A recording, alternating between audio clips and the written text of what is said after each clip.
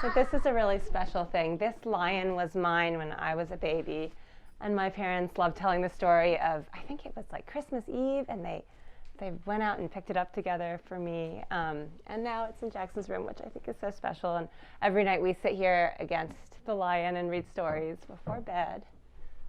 And we also, this is where Jackson's sleepy time stuff is. We may have just initiated bedtime by coming over here, I'm not sure.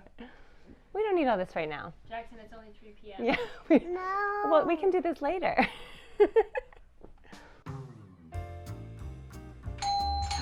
Ophi, who is it? Hi, I'm Inslee Fariss, and this is Ophelia. She's very excited to see you.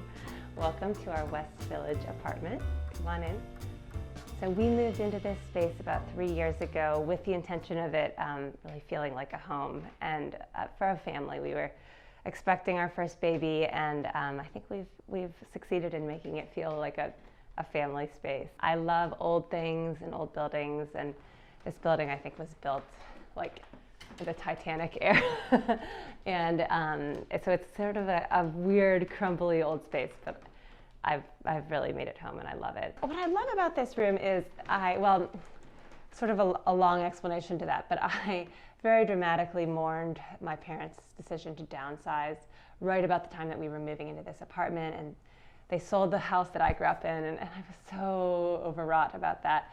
But it ended up sort of having a silver lining in that I was able to bring pieces from the house I grew up in into this space. So this sofa, this table, a lot of the art in this room, this giant painting, were all pieces that have followed my family through their whole story since before I was born even, actually. The pink chairs are designed by a friend of mine, Roxy, who has a company called Society Social. I love them, and I love that they're pink. And when I picked pink, I really can't remember why I even thought that was a good idea. But once we got them in here, it just all clicked, because there is sort of a salmon-y pink in the rug. The rug belonged to my husband's family, and it all sort of came together. So I'm going to address the elephant, literally, in the room. My fake Serge Mouillet, I think that's the pronunciation, light fixture. This is not the $7,000 version. This is the Amazon version.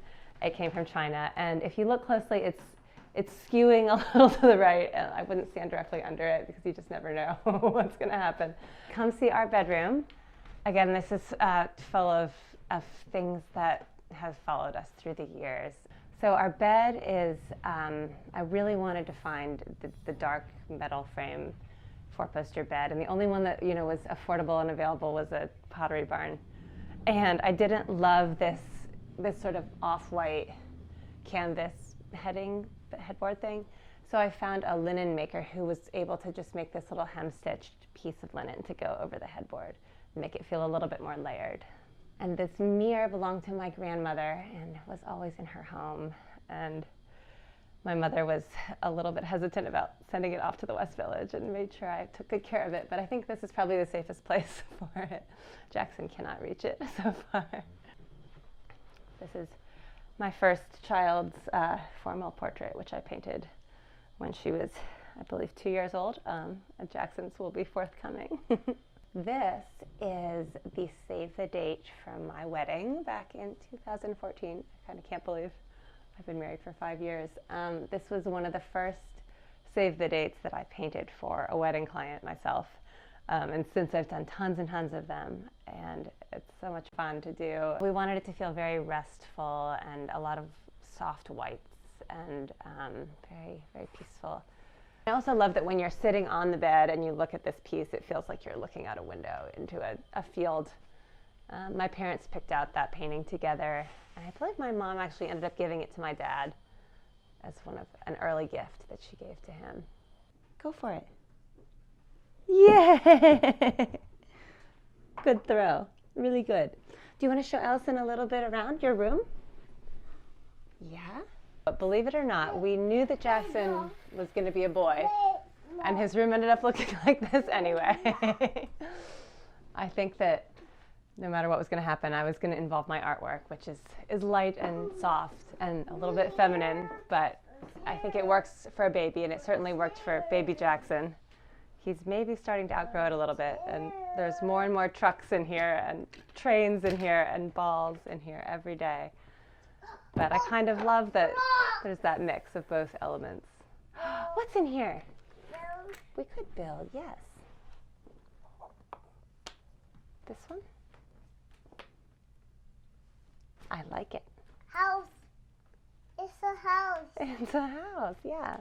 Something really special about this room is the wallpaper. I painted this leaf and vine pattern, and then we turned it into a repeat and had it printed and then applied as wallpaper. This one. There's Yoda. Yoda. When I designed Jackson's room, I was being a little bit selfish. I designed it for me, not necessarily for him, mainly because I'm of the mind that infants don't really have huge design opinions. But as a mother who is going to spend countless hours sitting in here and looking at these walls, while breastfeeding and rocking my baby to sleep, I wanted this space to reflect, what made me happy. So I designed this custom wallpaper with that in mind, that I wanted it to feel really just peaceful and like a space for me, not necessarily a space for Jackson. And I know all the rest of his bedrooms from here on out will, be dinosaurs and trucks. And so this one was for me. And this also, everyone saw this and they were like, oh, this is gonna go, like you're gonna make it 1 week with this fancy wicker changing bed. But honestly, we have made it work for going on almost 2 years. And I have living proof that you can have a space that is pretty and also functional. Are you ready for the world's longest commute in New York City? Come on. This is how I go to work every morning. Come on, Ophi. Let's go, come on. Okay, we made it. Welcome to work. This is my studio where I paint and draw. I just love these pieces. This and this one over here were part of a series I did at the end of the year last year, and I had so much fun. I rolled out these big rolls of paper on the floor and just went crazy, just painting flowers and pattern. So over here is my 2019 calendar artwork. These are the wall calendar panels for each month of the year. This is the floral calendar, and then these up here are the fashion girls. And they're all reading books in this edition of the calendar. I primarily paint in watercolor and some pen and ink drawing, but that's all water-based and painted on paper. But I'm starting to very tentatively, never before seen, Allison, you're the first person to capture these, starting to do a little bit of oil painting, which is just like learning to write with your left hand instead of your right hand. It's so different, but I don't know, we're getting there. I'm not sure I like them yet. This one I really like. This piece I think feels like it's ready.